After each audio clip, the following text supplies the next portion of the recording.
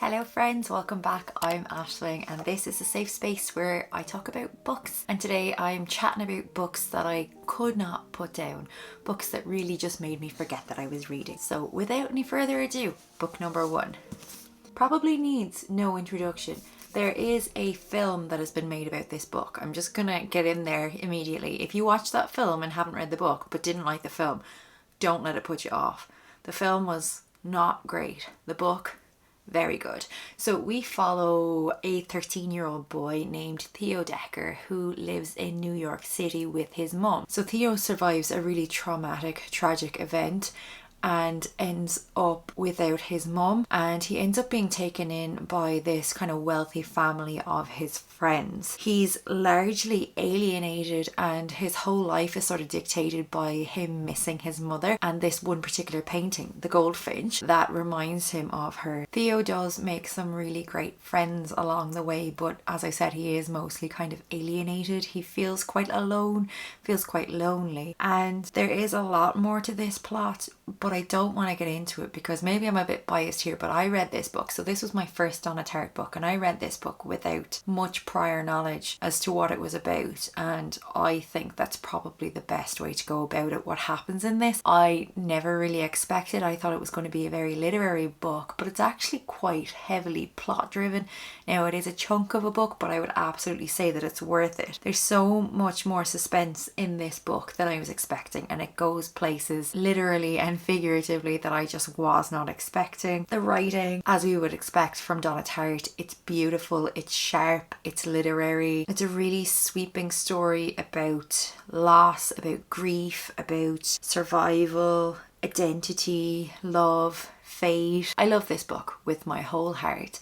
It was my first Donna Tartt and I actually preferred this to The Secret History. Maybe it was because it was just the kind of right book that found me at the right time, but I could not put this book down when I was reading it. I really love a book that feels like it's about something that exists in our world related to like art or music or books, and this is obviously kind of about a painting and I absolutely loved it. It's not going to be one for everybody, but I just couldn't put it down when I read it. Next up then, we're changing genres over to a thriller, and I listened to this book as a caveat on audiobook, so I don't know if your experience reading this physically would be different, but I thought this book was really well done, really well produced on audio, and that book of course is None of This Is True by Lisa Jewell. So we follow two women, Alex and Josie, and they've both just turned 45 and they meet in a pub where they're both celebrating their 45th birthdays. Alex is beautiful, confident, and comes across as the kind of woman who has everything. She's a beautiful home, a perfect family, a lovely husband, and she runs her own successful podcast. Whereas we have Josie on the other hand, who is quite timid, quite mousy,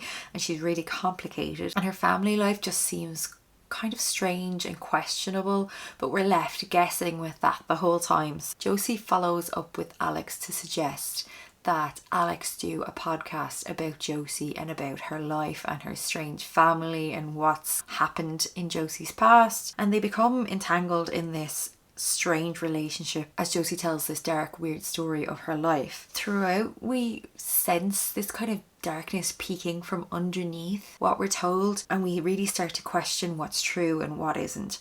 I didn't always love the characters and I didn't always love the overall direction of the book, but I did definitely find myself wanting to come back to find out what was happening, and I listened to this book faster than I think I listen to most audiobooks. If you're here for light-hearted adventure books, then you're probably in the wrong place, because the next book that I'm going to suggest is none other than A Little Life by Hanya Yanagihara. So I read this book last year, and this is another lengthy, sweeping, contemporary literary novel, and we follow a group of 4 friends who meet in New York in college. This is one of those books where the place that it's set almost feels like another character in the novel. It's told from so many different points of view. It feels really postmodern in the way that it's written, because Yanagihara tells a story within a story, sometimes within a story again, but it for me never got confusing, just flowed really well. It is pretty much an entirely character driven novel, but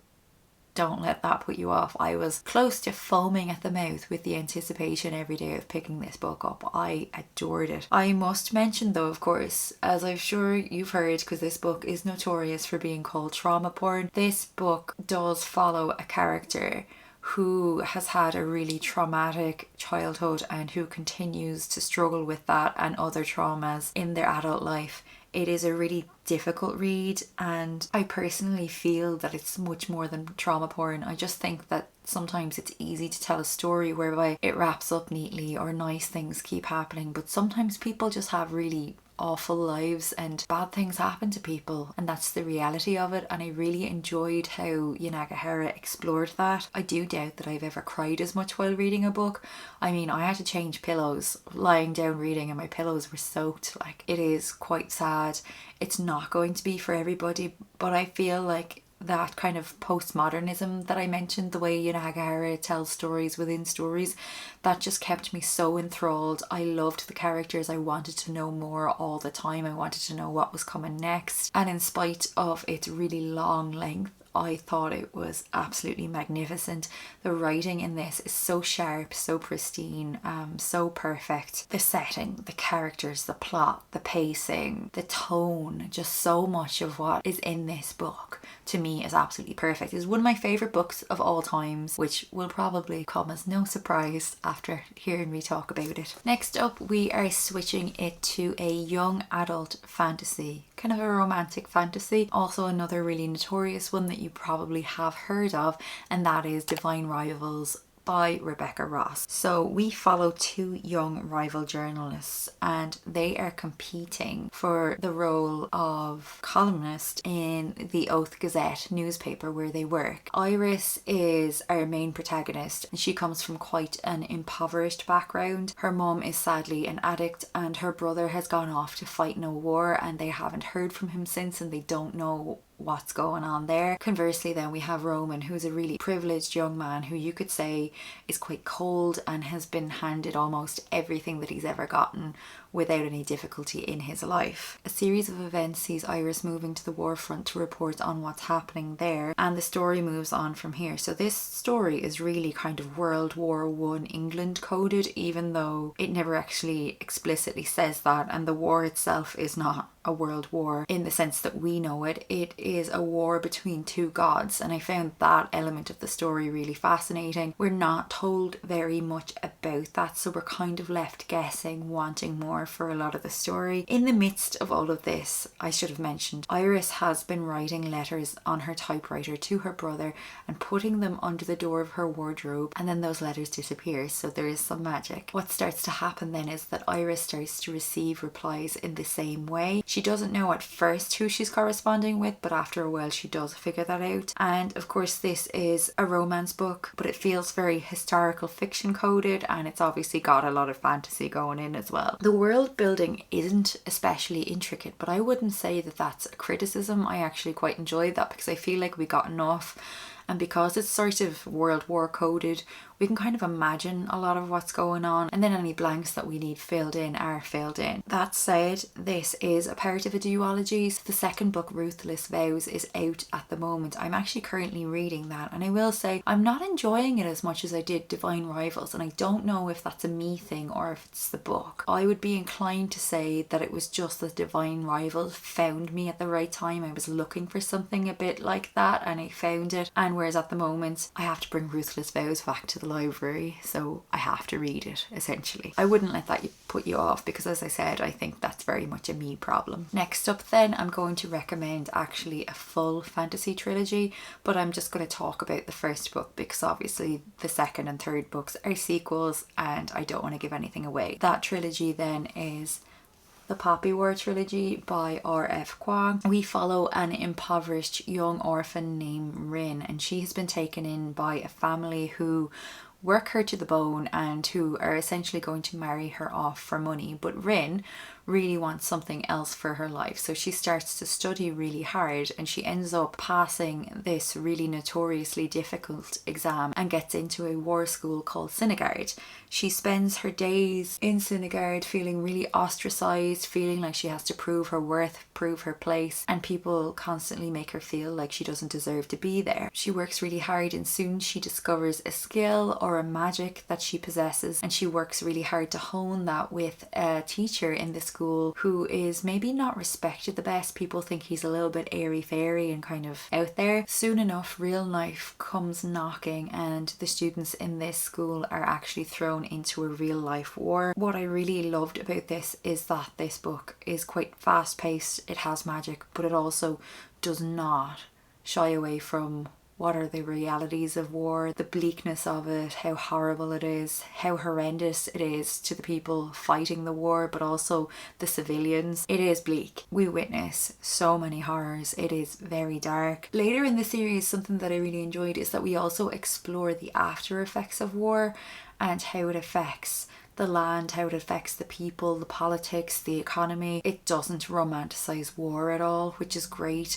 It is really dark, but it moves so well. It's so interesting. The concept is really explored wonderfully. I have read all of R.F. Kuang's books now, but I will say that this trilogy is my absolute favourite of all of her books, and I really hope that she returns to stories like this sometime in the very near future. Next up then we have another young adult fantasy. Can you see a theme here? And that is Legend Born by Tracy Deonn. Now this book is part of a trilogy. The third book isn't yet published, but we have Legend Born and Blood Marked is also published so far.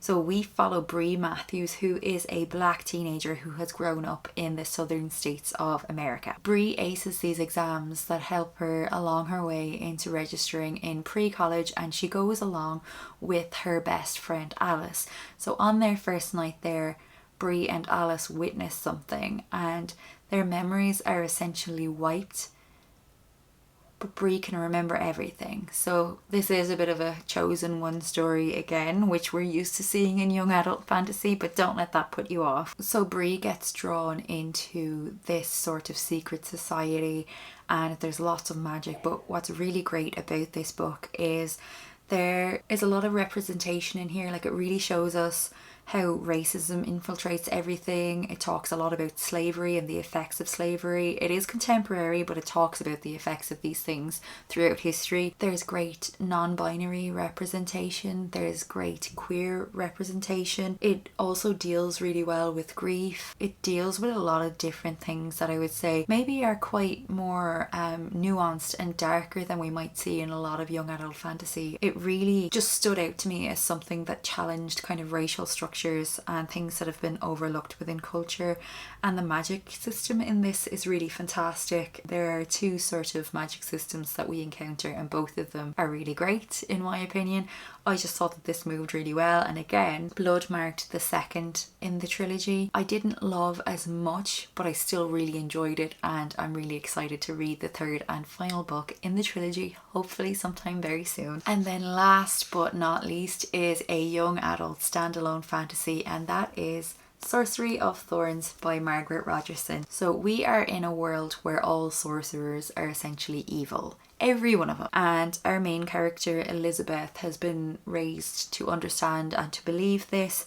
And she is a foundling that is raised in like a great library, and she is brought up there and she works there and she grows up amongst magic and sorcery. What is really great and fun about this book is that the books in Elizabeth's libraries are alive. So they are magical grimoires that whisper on the shelves and that rattle in their chains, and it's just all really reminiscent of that film. Oh, I can't think of the name of it, I'll have to put it up on screen, but it just really reminded me in that sense of my childhood and that story. Elizabeth's greatest hope is to become a warden and to be charged with protecting the kingdom from these grimoires, but unfortunately There is a serious act of sabotage in the library, and one of the most dangerous and notorious grimoires gets released onto the unsuspecting public, and something happens here whereby our protagonist Elizabeth is actually implicated in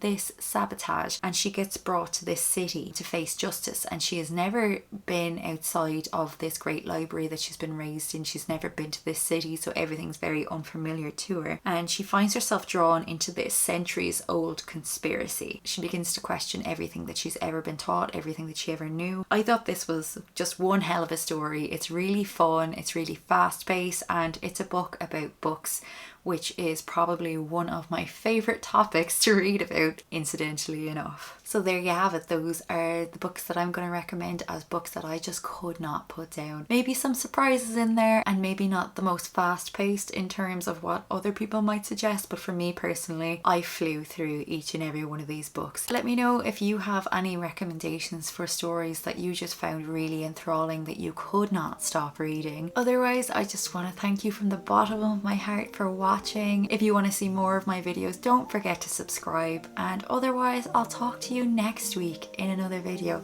Take care, mind yourself, and bye bye.